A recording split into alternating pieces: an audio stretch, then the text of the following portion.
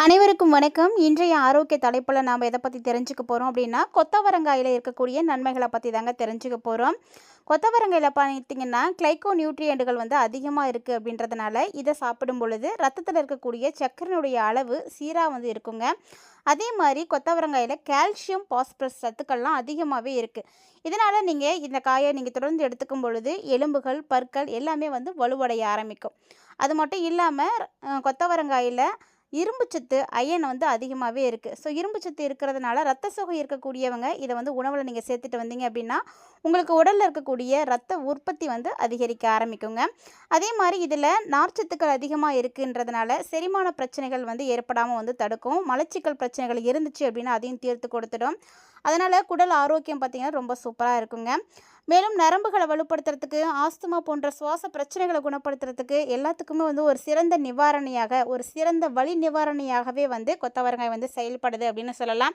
இது மாரி இன்னும் நெறைய விஷயங்களுக்கு கொத்தவரங்காய் பயன்படுதுங்க. ஸோ, அதெல்லாம் பத்தி நம்ம தொடர்ந்து பார்க்க போறோம்.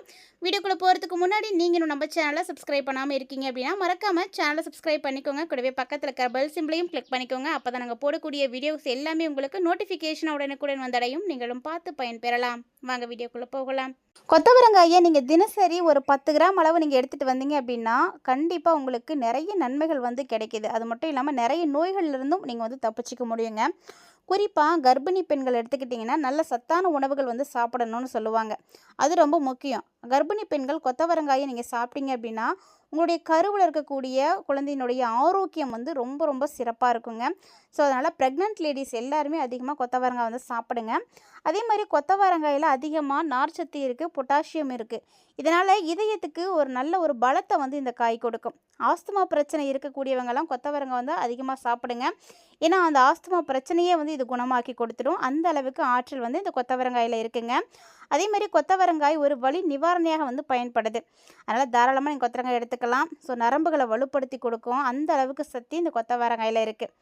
சரியா ஜீரணம் ஆகல, மலச்சிக்கல் பிரச்சனை ஏற்படுது அப்படின்னா, அதுக்கு வந்து நீங்க கொத்தவரங்காய் வந்து சமைத்து சாப்பிடுங்க. அத சாப்பிட்டீங்க அப்படின்னாலே, அதில இருக்கக்கூடிய நார்ச்சத்து, செரிமான பிரச்சனை எல்லாத்தையுமே சரி பண்ணி கொடுத்துடும். அதனால மலச்சிக்கல் பிரச்சனையும் உங்களுக்கு கண்டிப்பா இருக்காதுங்க. அதேமாரி கொத்தவரங்காய நீங்க அடிக்கடி சாப்பிட்டுட்டு வந்தீங்க அப்படின்னா, மாரடைப்பு ஏற்படாம வந்து தடுக்க முடியுங்க.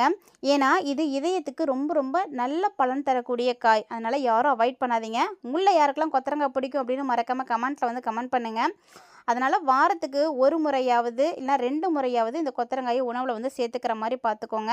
உடலுக்கு தேவையான எல்லா சத்துக்களுமே இந்த கொத்தவரங்காயில இருக்குங்க. குறிப்பா கால்சியம் இருக்கு அப்படின்றதுனால எலும்பு, பல்லு எல்லாமே வந்து ரொம்ப ரொம்ப ஸ்ட்ராங்கா இருக்கும். அதே மாரி ஹீமோகுளோபினை வந்து அதிகமாக்கக்கூடிய தன்மை இந்த கொத்தவரங்காய்க்கு இருக்குங்க. ஸோ, கொத்தவரங்காய் நீங்க எடுத்துக்கும் பொழுது ரத்த சுரப்பிய வந்து ஏற்படுத்துது. இதனால ரத்த சோகை இருந்துச்சு அப்படின்னா அதெல்லாம் சரியா போயிடும். உங்களுடைய உடம்புல மீண்டும் ஒரு நல்ல நிலைக்கு வந்து மாறுறதுக்கு உதவியா இருக்கும். கொத்தவரங்காயை நீங்க அடிக்கடி சாப்பிட்டு வரதுனால இன்னொரு பெனிஃபிட் என்னன்னா, உங்களோட முகத்துல இருக்கக்கூடிய அந்த கரும்புள்ளி, பருக்கள், சரும பிரச்சனைகள் எல்லாமே வந்து சரியா போகுங்க. இது எல்லாமே எதிர்த்து போராடுறதுக்கு உதவியா இருக்கு.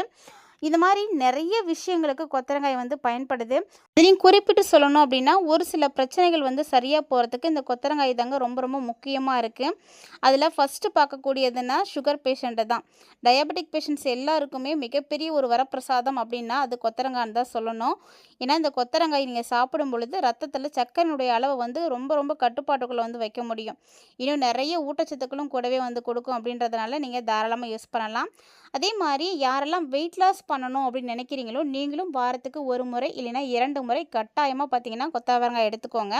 நீங்க உணவுல எப்போதுமே வந்து கவனமா இருக்கணும், வெயிட் லாஸ் பண்ணக்கூடியவங்க. ஸோ, என்ன சாப்பிட்றோம், எவ்வளோ சாப்பிட்றோம், எந்த நேரத்தில சாப்பிட்றோம், இதெல்லாம் ரொம்ப ரொம்ப முக்கியம். அத பொறுத்து தான் நமக்கு வெயிட் கெயின் ஆகிறது எல்லாமே. ஸோ, வெயிட் லாஸ் பண்ணணும் அப்படின்றவங்க அந்த விஷயத்துலலாம் கவனம் செலுத்துறதோட மட்டும் இல்லாம, உடல் எடையை வந்து கட்டுக்கோப்பா வச்சுக்கணும் அப்படின்னா, அதை தாண்டி உணவு ரொம்ப ரொம்ப முக்கியமானதுங்க. அதனால் நீங்கள் தாராளமாக கொத்தவரங்காய் எடுத்துக்கோங்க. கொத்தவரங்காய் நீங்கள் சாப்பிடும்போது உடலில் வந்து எடையை வந்து குறைக்கிறதுக்கு ரொம்ப ரொம்ப உதவியாக இருக்கும். மேலும் நார்ச்சத்துக்கள், விட்டமின்ஸு, மினரல்ஸ் அப்படின்னு எல்லா சத்துக்களுமே இந்த கொத்தவரங்காயில் இருக்குங்க. இதை நீங்கள் எடுத்துக்கும் பொழுது உங்களுக்கு கண்டிப்பாக வெயிட் லாஸ் வந்து ஆக ஆரம்பிச்சிடும். அதே மாதிரி கர்ப்ப காலத்தில் ஆரோக்கியம் ரொம்ப ரொம்ப முக்கியமானது.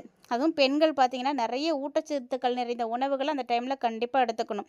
நீங்கள் எவ்வளோ சாப்பிட்றீங்களோ அந்த அளவுக்கு ஊட்டச்சத்துக்களானது கிடைக்கும். ஸோ, அதுக்கேற்ற மாதிரி காய்கறிகளில் பார்த்தீங்கன்னா முக்கியமானது அப்படின்னா கொத்தவரங்காய் தாங்க.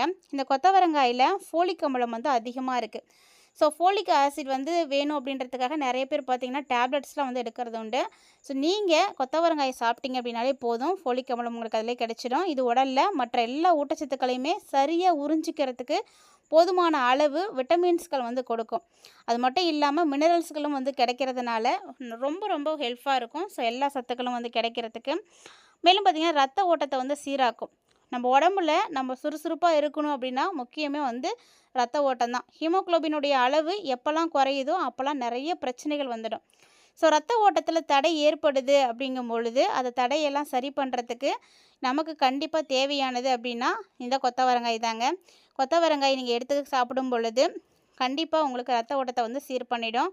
மைட்டோ கெமிக்கல்கள் ரத்தத்தில் ஆக்சிஜனை வந்து கடத்துறதுக்கும் ரத்த ஓட்டத்தை சீராக்கிறதுக்கும் உதவியாக இருக்குது. ஸோ இது எல்லாமே எதில் இருக்குது அப்படின்னா கண்டிப்பாக கொத்தவரங்காய் தான் சொல்லணும். ஸோ நிறைய ஊட்டச்சத்துக்கள் நிறைந்த காய் தான் கொத்தவரங்காய். பார்த்திங்கன்னா ஊட்டச்சத்துக்களை வந்து அடர்த்தியாக கொண்ட காய்னு சொல்லுவாங்க. குறிப்பாக பார்த்தீங்கன்னா vitamin C, vitamin K, manganese இந்த மாதிரி சத்துக்கள் நிறைய இருக்குங்க. இன்னொரு பார்த்தீங்கன்னா டைட்டரி ஃபைபரும், விட்டமின் ஏ, பொட்டாசியம், இரும்பு சத்து எல்லாமே வந்து இந்த காயில் இருக்குது.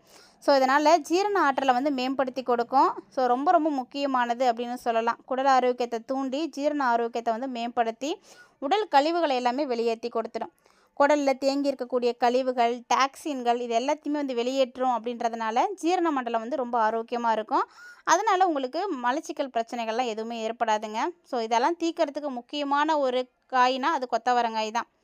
கண்டிப்பாக நீரிழிவு நோயாளிகள் எல்லாருமே இந்த கொத்தவரங்காயை வந்து எடுத்துக்கோங்க. ஏன்னா கொத்தவரங்காயில் தான் கார்போஹைட்ரேட் ரொம்ப ரொம்ப கம்மி. காய்கறிகளிலேயே கார்போஹைட்ரேட் குறைவான காய் அப்படின்னா அது கொத்தவரங்காய் தாங்க. இது பார்த்திங்கன்னா நீரில் கரையக்கூடிய நார்ச்சத்தையும் அதிகமாகவே பெற்றிருக்கு. ஸோ அதோடு கிளைசமிக் குறியீடும் வந்து ரொம்ப ரொம்ப கம்மி அப்படின்றதுனால தாராளமாக டயபெட்டிக் பேஷண்ட்ஸ் எல்லாருமே கொத்தவரங்காயை வந்து எடுத்துக்கலாம். ஸோ நீங்கள் அதுவும் அதிகமாக எடுத்துக்கோங்க, உங்களுக்கு ரொம்பவே நல்லது.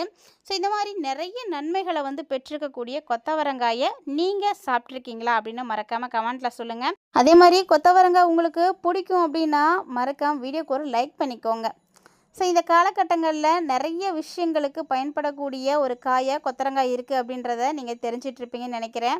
மேலும் நோய் எதிர்ப்பு திறனும் இதில் அதிகமாகவே இருக்குங்க. ஸோ பல்வகையான கிருமிகளுடைய தாக்குதலை வந்து நம்மக்கிட்ட வந்து நெருங்காமல் இருக்கிறதுக்கு இந்த கொத்தவரங்காய் ரொம்ப உதவியாக இருக்குது. ஸோ உணவில் அதிகமாக சேர்த்துட்டு வாங்க. சேர்த்துட்டு வரதால உங்களுக்கு நோய் எதிர்ப்பு சக்தி வந்து அதிகமாகும். ஸோ பல நோய்கள்லேருந்து நீங்கள் உங்களை வந்து காப்பாற்றிக்க முடியும்.